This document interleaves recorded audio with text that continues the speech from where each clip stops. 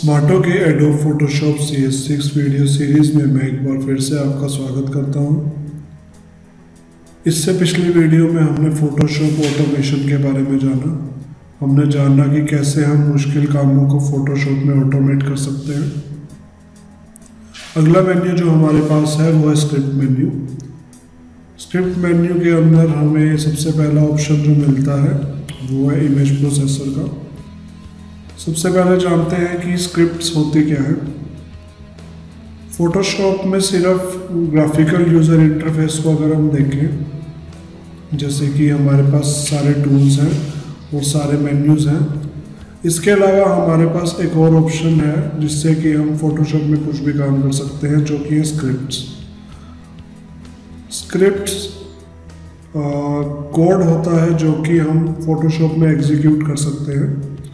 जैसे कि कुछ छोटे प्रोग्राम्स होते हैं जो कि आप इंटरनेट से डाउनलोड कर सकते हैं। जैसे कि अगर मैं यहाँ ब्राउज दबाता हूँ,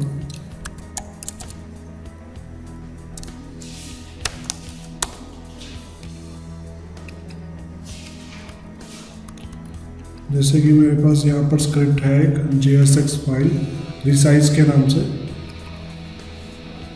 ये रिसाइज स्क्रिप्ट क्या करती है,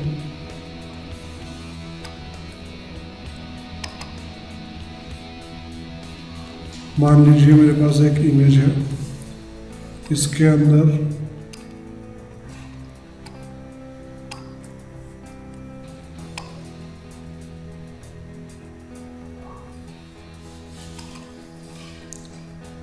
अगर मैं कोई और इमेज लगाता हूँ और वो इससे छोटी होती है या बड़ी होती है और मैं चाहता हूँ कि ये बिल्कुल इस कंपोजिशन के साइज़ की हो, तो या तो मैं इसको मैनुअली इसको रिसाइज करके यहाँ तक ला सकता हूँ, या फिर मैं एक स्क्रिप्ट रन कर सकता हूँ जो कि इसको ऑटोमेटिकली रिसाइज कर देगी। इंटरनेट पे बहुत तरह की स्क्रिप्ट्स अवेलेबल है। मैंने कुछ यहाँ पर डाउनलोड कर रखी हैं, जैसे कि रिसाइज। जैसे मैं रिसाइज स्क्रिप्ट को स्टार्ट करूँगा, उस लेयर में कुछ ऐसे कोड्स थे जिसने हमारी इमेज को डॉक्यूमेंट के साइज़ के इक्वल कर दिया, जो कि और किसी तरीके से पॉसिबल नहीं है फोटोशॉप में। तो स्क्रिप्ट्स का यूज़ हम तब करते हैं जब हमारे पास कोई बाय डिफ़ॉल्ट टूल अवेलेबल नहीं होता कुछ काम करने के लिए। तो स्क्रिप्ट में जो कुछ इनबिल्ट स्क्रिप्ट्स हैं, उसमें सबसे पहली स्क्रिप्ट है image processor. Image processor script क्या करती है, आप इसमें भी कुछ जैसे कि ऑटोमेशन में होता था, कुछ सोर्स इमेज को पकड़ाते हैं, फिर यहाँ पर डेस्टिनेशन सेट करते हैं मेरी फ़ोटोज़ कहाँ से होगी। इसके बाद जो हमारा थर्ड स्टेप है, इसमें हम इमेज प्रोसेसिंग करते हैं। यहाँ पर हम चूज़ करते हैं कि हमने इन इमेजेस जो हमने फ़ोटोशॉप को दी हैं उनके साथ क्या करना है। हम क्वालिटी रिड्यूस कर सकते हैं यहाँ से। अगर हम इस नंबर को 2 सेट कर देंगे तो जो हमारी ओरिजिनल इमेज है उससे कम क्वालिटी हमारी आउटपुट फाइल्स में आएंगी। हम इमेजेस को रीसाइज टू फिट कर सकते हैं एक स्पेसिफिक साइज़ में। जैसे कि हम चाहते हैं कि सारी इमेजेस 1024 बाई 1024 की हो जाए। हम इमेज को JPEG की जगह PSD में से कर सकते हैं। इसमें भी हम साइज़ का ऑप्शन दे सकते हैं। इसके बाद एक हमारे पास फॉर्मेट होता है TIFF, PNG की तरह ये भी एक ट्रांसपेरेंट फॉर्मेट है इमेजेस का। तो इमेज प्रोसेसर से हम बेसिकली अपनी इमेजेस को, बहुत सारी इमेजेस देके उनको एक फिक्स साइज़ में आउटपुट ले सकते हैं उसका। हम यहाँ पर अपनी कॉपीराइट इन्फो डाल सकते हैं। जैसे कि अगर हम डालना चाहते हैं सारी इमेजेस की कॉपीराइट इन्फो में कि ये जो इमेजेस हैं ये इस ABC कंपनी से, ABC कंपनी के अंडर आती है। तो जैसे कि हमारे पास वहाँ पे बैच था, वैसे ही स्क्रिप्ट्स में हमारे पास एक ऑप्शन है ये इमेज प्रोसेसर का। इसमें हम बेसिक चीज़ें करते हैं। वो जो इमेज प्रोसेसर था उसमें हम एक्शंस यूज़ करते हैं, जैसे कि हमने ब्लैक एंड वाइट वाला एक्शन बनाया था। हम इसमें भी एक्शन एग्जीक्यूट कर सकते हैं। यहाँ से अगर मैं ब्लैक एंड वाइट वाला अपना वो एक्शन चूज करूँगा तो सारी इमेजेस जो मैंने सोर्स में दी होंगी वो ब्लैक एंड वाइट हो जाएंगी। तो अब आप पूछेंगे कि इमेज प्रोसेसर और बैच में फिर फ़र्क क्या रह गया। जो हमारे पास बैच वाला कमांड थी जो, उससे हम सिर्फ एक्शंस को एग्जीक्यूट करते थे, लेकिन जो हमारा इमेज प्रोसेसर है वो एक उसका नेक्स्ट वर्जन है जिसमें कि आप पहले रिसाइजिंग भी कर सकते हैं, कॉपीराइट टैग्स दे सकते हैं हमारी सारी इमेजेस के अंदर। इसको अगर मैं रन करूँगा तो मेरी सारी सोर्स फाइल्स प्रोसेस्ड वाली डेस्टिनेशन में चली जाएंगी JPG फॉर्मेट में 1024 बाय 1024 के साइज में। इसके बाद स्क्रिप्ट्स में हमारे पास आता है डिलीट ऑल एम्प्टी लेयर्स। अक्सर हमारे साथ ये होता है कि हम फोटोशॉप में लेयर्स पर काम कर रहे होते हैं, तो हमारी कुछ लेयर्स जो होती हैं वो हमने बनाई होती है, लेकिन उनको इरेज हमने किया होता है, बाद में इरेज करना पड़ जाता है, या कुछ एम्प्टी लेयर्स हमारे पास रह जाती हैं जो कि बाद में हमें कंफ्यूज करती है। तो हमारे पास एक इनबिल्ट स्क्रिप्ट है जो कि हमारी एम्प्टी लेयर्स को ऑटोमेटिकली रिमूव कर देती है। जैसे कि ये सारा स्टफ जो मैंने अभी बनाया ये लेयर 4 और लेयर 2 में है, लेयर 1 और 3 इस वक्त एम्प्टी है। तो मैं स्क्रिप्ट में जाऊंगा और डिलीट ऑल एम्प्टी लेयर्स करूँगा तो हमारे पास सिर्फ सेकंड और फोर्थ लेयर बच जाएगी। इसके बाद हमारे पास आता है फ्लैटन ऑल लेयर इफेक्ट्स।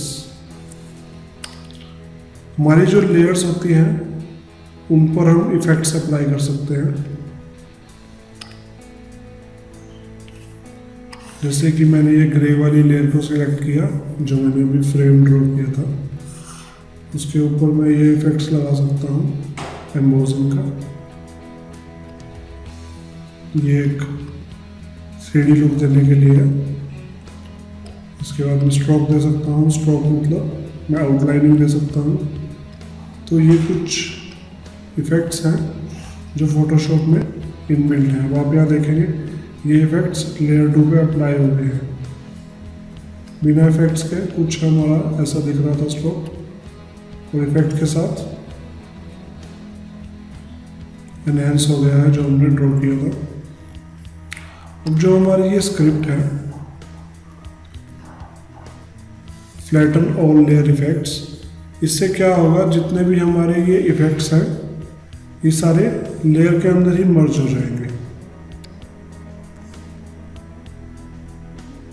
अब आप देखें लेयर 2 के साथ कोई इफेक्ट एसोसिएटेड नहीं है। जो हमारे इफेक्ट थे वो लेयर 2 के अंदर ही मर्ज हो गए हैं। इसके बाद हमारे पास है फ्लैटन ऑल मास्क। ये हम एडवांस में करेंगे। स्क्रिप्ट इवेंट मैनेजर की कोई ज़रूरत नहीं पड़ती और स्टैक्स की भी कोई ज़रूरत नहीं पड़ती। जो हमारा लास्ट ऑप्शन है ब्राउज का, इससे आप एक्सटर्नल स्क्रिप्ट्स जो कि आपने इंटरनेट से डाउनलोड की हैं JSX फाइल्स, वो आप एग्जीक्यूट कर सकते हैं। एडोब जावास्क्रिप्ट फाइल्स होती है .jsx।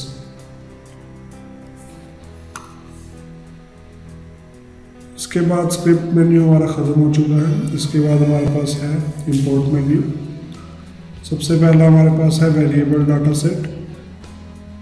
इससे हम क्या करते हैं, अगर हम कोई आई कार्ड्स वगैरह जो हम बनाते हैं उसके अंदर जो डेटा होगा वो, अगर हम एक CSV फाइल, एक्सेल की कोई फाइल इंपोर्ट करनी है और नाम उसमें से उठाने हैं कि भाई जो हमारा आई कार्ड्स हमारे बहुत सारे जनरेट हुए हैं उसमें पहले वाले में जो है राम नाम आएगा, दूसरे वाले में श्याम आएगा, तो वो एक एक्सेल फाइल से इंपोर्ट होते हैं। तो वो एक स्पेशल इंपोर्ट है जो कि हम इंपोर्ट में जाके इंपोर्ट कर सकते हैं यहाँ से।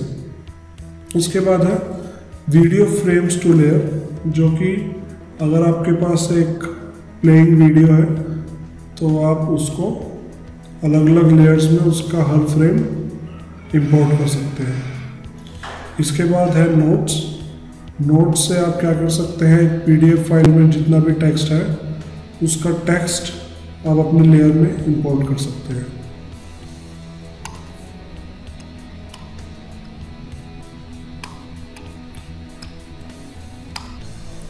इसके बाद जो हमारे पास ऑप्शन आता है वो है फाइल इन्फो। कोई भी इमेज जब हम क्लिक करते हैं किसी कैमरा से, किसी मोबाइल फ़ोन से, तो उसके साथ अक्सर कुछ इंफॉर्मेशन अटैच्ड होती है जो कि वो डिवाइस अटैच करती है। डाउनलोडेड इमेजेस में भी हमें अक्सर सोर्स मिल जाता है। जैसे कि अगर हम कैमरा डाटा में यहाँ पर देखें, माइक्रोमैक्स A311 जिस फ़ोन से ये इमेज क्लिक की गई थी, और लेंस की फोकल लेंथ, उसका एक्सपोजर, उसके बाद फ्लैश उस वक्त जली थी या नहीं जली थी इस इमेज को कैप्चर करते हुए, डिड नॉट फायर। इसके बाद रेजोल्यूशन कि 72 पिक्सल्स हैं 1 इंच में। इसके बाद ओरिएंटेशन, अगर 1 है तो मतलब लैंडस्केप मोड में फ़ोटो खींची गई है, अगर नहीं है तो उसका मतलब पोर्ट्रेट मोड में फ़ोटो खींची गई है। इसके बाद हमारे पास और बहुत सारी इन्फॉर्मेशन है जो कि हम मैनुअली यहाँ पर सेव कर सकते हैं, या फिर हमें काफ़ी कुछ पता लगता है जिससे इस इमेज के बारे में, जैसे कि ओरिजिन की ये फ़ोटो 2015 में खींची गई थी। आप GPS डाटा भी देख सकते हैं। अगर आपने जियो टैगिंग का फीचर ऑन कर रखा है अपने DSLR कैमरा या फ़ोन में, तो आप लैटिट्यूड और लॉन्गिट्यूड की इंफॉर्मेशन भी फ़ोटोग्राफ में देख सकते हैं यहाँ पर कि फ़ोटो कहाँ पर क्लिक की गई थी। कुछ कैमरास फ़ोटोज़ के साथ ऑडियो नोट अटैच करने का फीचर देते हैं, वो ऑडियो आप यहाँ पर देख सकते हैं। वीडियो डाटा कई इमेजेस के साथ एसोसिएटेड होता है। कई बार फोटोशॉप की हिस्ट्री हम अटैच करते हैं किसी इमेज के साथ। और फाइनली कुछ रॉ डाटा जो होता है XML की फॉर्म में, वो सेव होता है फोटो के साथ। जैसे कि आप यहाँ देखेंगे क्रिएटर टूल में लिखा है मीडियाटेक कैमरा एप्लीकेशन। एक मीडियाटेक प्रोसेसर के फ़ोन से ये इमेज क्लिक की गई है। इसके बाद फॉर्मेट जो कि JPEG है, मतलब ये सिर्फ टेक्स्ट डाटा है जो कि इस इमेज के साथ सेव किया गया था जब ये इमेज सेव की गई थी।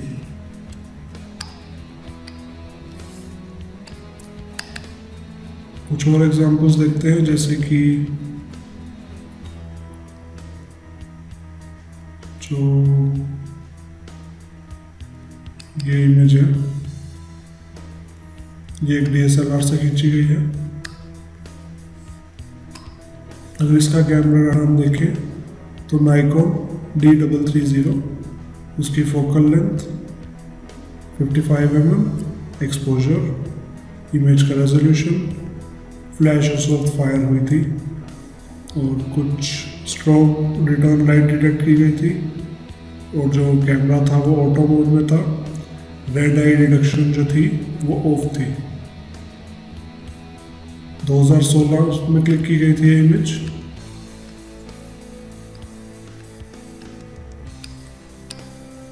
और ये इसी सारे डॉट जो हमने अभी देखा उसका सारा रॉ डाटा।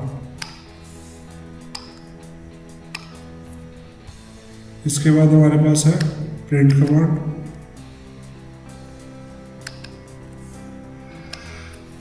किसी भी इमेज को प्रिंट करने के लिए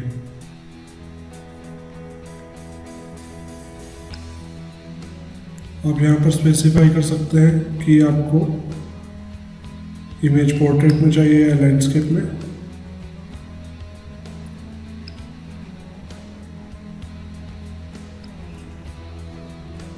आप अपने प्रिंटर की सेटिंग्स यहाँ पे एक्सेस कर सकते हैं। उसके बाद जो हमारी इमेज है उसका साइज, उसके बाद डॉक्यूमेंट का साइज, जो हमारा पेपर होगा उसका साइज, प्रिंट पे क्लिक करेंगे तो हमारा जो प्रिंट आउट है वो आ जाएगा। इसके बाद प्रिंट वन कॉपी डायरेक्टली, अगर हम बिना प्रिंटर की सेटिंग की डायरेक्टली प्रिंट करना चाहते हैं क्विकली तो हम प्रिंट वन कॉपी कर सकते हैं। इसके बाद फाइल मेन्यू का लास्ट ऑप्शन एग्जिट, फोटोशॉप को क्विट करने के लिए। आज के लिए इतना ही, मिलते हैं नेक्स्ट वीडियो में जिसमें कि हम जानेंगे एडिट मेन्यू के बारे में।